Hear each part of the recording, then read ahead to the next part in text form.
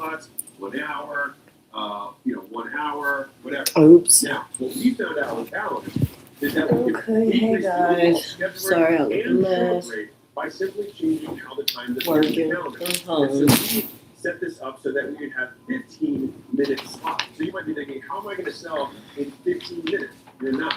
I'm not gonna have this camera on me though. But I'm sitting here, I'm just like, it's very stressful to have these, I don't know what the heck they are over here doing, but I'm not ready to be on camera. I'm working, I had a Zoom meeting.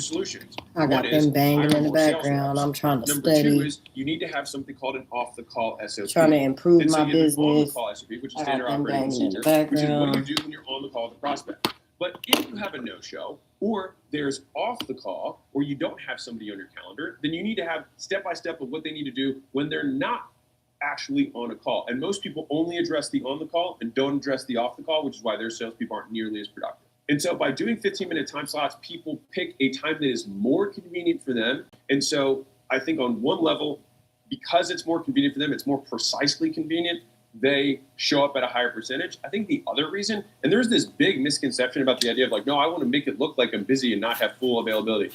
Completely dumb. It doesn't do anything to literally take up slots that are not true to show that you have traffic. It's dumb. It's dumb. I'll just stop it. We've already looked at it. It doesn't do anything. It just makes it less convenient for your customers to book with you. Now, in the off the call SOP, all right, what should they be doing then? I'll give you the next hack, which is you start pulling up appointments. So you remember I said we had the Monday, Sunday, Saturday, whatever, and people are booking on Saturday for Monday, right? They're booking here because you didn't put any availability. Well, if you do have your salesperson working and they have an off-the-call block where they don't have anything on their calendar, what they should be doing is they should be, let me see if I can draw a phone here. There you go. Calling these leads and then pulling them up. And so when you have that conversation with the prospect, the first thing you're doing is qualifying them, which you should do anyways with any leads that are on the calendar that are going to take a full sales slot. But secondarily, when you call them to qualify them, say, hey, I had an opening later today that just opened up. Do you want the slot? And so it takes a 3-day out appointment and makes it a same-day appointment. And anyone who's been in sales knows that same-day appointments have way higher show-up rates than future appointments.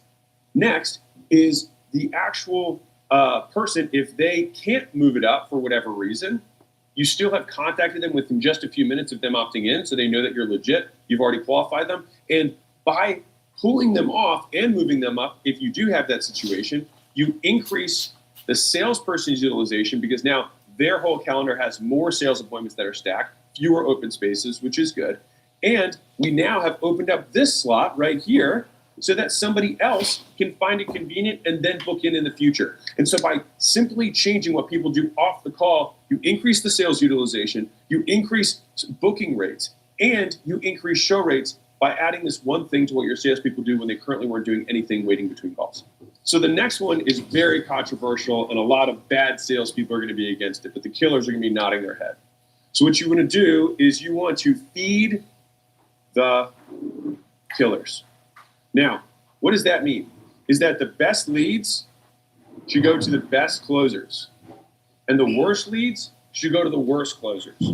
And so you're like, wait a second, what do you mean? My worst leads go to my worst? Yeah, because that means that you have the lowest amount of net waste within the business. The people who are the most closable, who are the most qualified, who have the most money, go to the people who have the highest likelihood of closing them for the most money. And so I'll tell you a story when I learned this. So there was a guy who lived in my building. He does like $3 million a year in personal income. And he was the number one sales rep, or still is the number one sales rep for a timeshare company that's a multi-billion-dollar company. It's the number one timeshare company. He was the number one sales rep, and he's won the best sales rep of the year out of 3,000 sales reps, 5 out of the last 6 years. And so I had dinner with him, and I was like, "So give me your strategy." He was like, I won the first year when just with the existing system, but then I got to have 1 hour with the CEO as kind of like the prize for winning best salesman plus a check or whatever. And I was like, okay. He said, so when I sat down with the CEO, I closed him on basically changing the way they allocated leads. And he said, so they used to just round robin all the leads to all the salespeople. And he said, when I went to the CEO, I said, listen, you're just throwing money down the toilet. You're giving me people that no one has a chance of closing, and they're completely unqualified, and you're wasting my time. And then I see some really qualified person go into a dud closer's office, and then he misses it. And it's like, shoot, you should give him my terrible lead. He's not going to close them anyways, and give me the good one, and I'll close it. Mm-hmm. And so the CEO decided to test it just with the location that this salesman was at. He took his income from $250,000 a year to $3 million a year for him as a salesman, personal income. But what was more important is that it 5x'd the company when they rolled it out nationwide. He increased the total output for that one location by so much that they then rolled it out. And so this goes to show that if you're like, wait, I feel bad about this, this is a business decision. But if you are worried about your worst salespeople churning out, why are you worried about your worst salespeople churning out? Now, the other side of this, which is really nice, but a lot of people don't think about, is if your top sales rep can make $1 million a year or $500,000 a year or $3 million a year, do you know the amount of people who will work for nothing for the opportunity to make that kind of money? And so what happens is salespeople will come in and work for way below the normal wage for their skill because they want the shot, the opportunity to be top dog.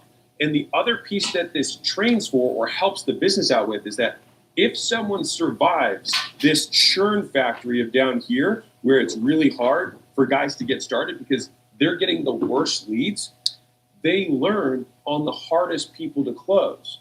And then when they survive and they can still make enough to move up, then they get better and better leads. But now they have qualified themselves as closers who are worthy of those leads. So the next hack actually has, again, something to do with things around sales, but is not sales itself, which is most times it's harder to get an entire team to go up by 30% in close rates unless you just absolutely suck at sales. But there's usually massive opportunities on show-up rates. And so one of the things that we do is we give kudos or shout-outs to the closers who have the highest show-up rates. And so by calling those people out, we draw attention to how show-up rates are very important to the business. Because if I had to give you an option, hey, would you rather increase your close rates by 20% or increase your show rates by 20%? Which would you choose? Well, if you're a smart business owner, you'd say, well, they're the same thing. Yes. So then the follow-up question is, which one's more likely given the stats you're at? If your guys are closing at 35%, for you to get a 20% boost might be very, very difficult. But for you to just simply remind them to work their leads and follow up with their appointments might be very easy.